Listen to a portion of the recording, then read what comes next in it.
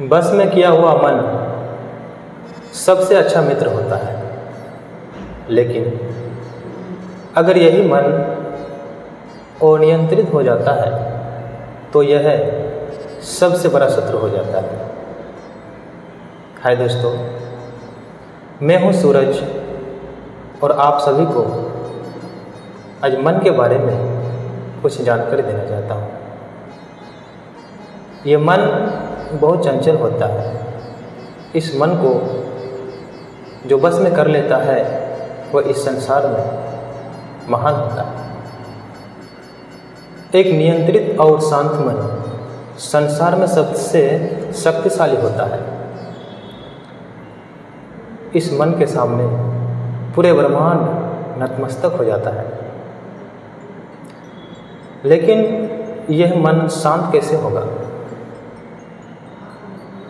दोस्तों, हम लोग जैसा भोजन करते हैं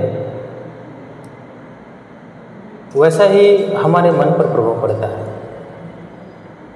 क्योंकि कहते हैं कि जैसा खाएंगे अन्न वैसा ही होगा मन, और जैसा करेंगे संग वैसा ही होगा रंग।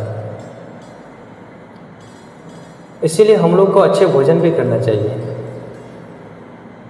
अगर सात्विक भोजन नहीं करेंगे तो मन हमेशा चंचल रहता है। महाभारत का युद्ध के समय भीष्म पितामह अर्जुन के बाणों से घायल होकर बाणों से ही बनी शैया पर पड़ी हुई थी। भीष्म पितामह को इच्छा मृत्यु प्राप्त था, यानी वह अपने मन से अपनी मर्जी से मर सकता था। इस कारण उसकी मृत्यु तो नहीं हुई थी, लेकिन वह अर्जुन के बाणों से घायल होकर उनके तीरों की शैया पर पड़े हुए थे। कौरव और पांडव दल के सभी भीष्म पितामह से मिलने जाया करते थे। एक दिन पांचों भाई पांडव और द्रौपदी भीष्म पितामह के चारों ओर घिरे हुए उपदेशों को सुन रहे थे, और भीष्म पितामह अन्याय के विरुद्ध लड़ने के लिए मना कर रहे थे। यह बात सुनकर द्रौपदी खिलखिलाकर हंस पड़ी और भीष्म पितामह कहने लगे कि बेटी, तुम एक सुब्राह्मण कुल की बहू हो, क्या मैं तुम्हारे इस हंसी का कारण जान सकती हूँ? तभी द्रौपदी कहने लगी कि महाराज, आज आप तो हमें अन्याय के विरुद्ध लड़ने के लिए मना कर रहे हैं, लेकिन जब भरी सभा में हमें निवस्त्र करने की कुचेष्टा की जा रही थी, तब कहाँ चला गया था आपका न्याय? और उस समय आपने मौन क्यों धारण कर लिया था? ये बात सुनकर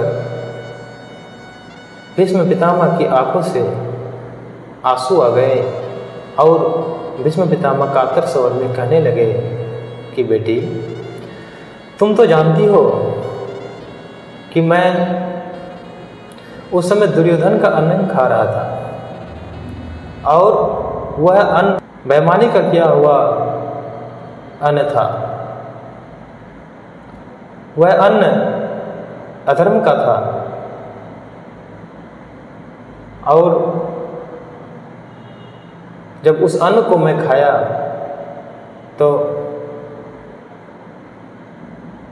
मेरा मन भी चंचल हो गया, इसलिए मेरे मुंह से उस समय कुछ नहीं निकल पाया, और अभी वह अन्न से बना हुआ लहू निकल चुका है, और अभी मेरे मुंह से उपदेश निकल रहे हैं। इसीलिए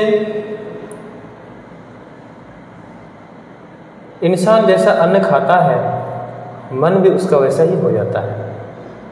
इसलिए हम लोग को सोच समझकर, जानबूझकर अन्न खाना चाहिए। अन्न कैसे बनता है, कैसे अन्न बनाते हैं?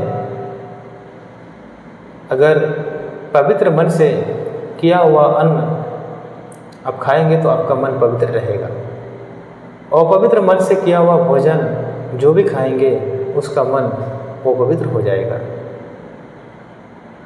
इसलिए हम लोग को किसी बेईमानी का किया हुआ अन्न, अधर्म का किया हुआ अन्न नहीं खाना चाहिए। तो दोस्तों, मैं कहना चाहती हूँ कि आपको ये वीडियो कैसी लगी। अगर वीडियो अच्छा लगे, जानकारी अच्छी लगे, तो हमारे YouTube चैनल को लाइक कर लीजिए, और इसी तरह की कहानी पाना चाहते हैं तो हमारे चैनल को सब्सक्राइब कर लीजिए, क्योंकि हम इसी तरह की कहानी लाते रहते हैं। और ये कहानी अपने दोस्तों के साथ शेयर कीजिए। थैंक यू दोस्तों।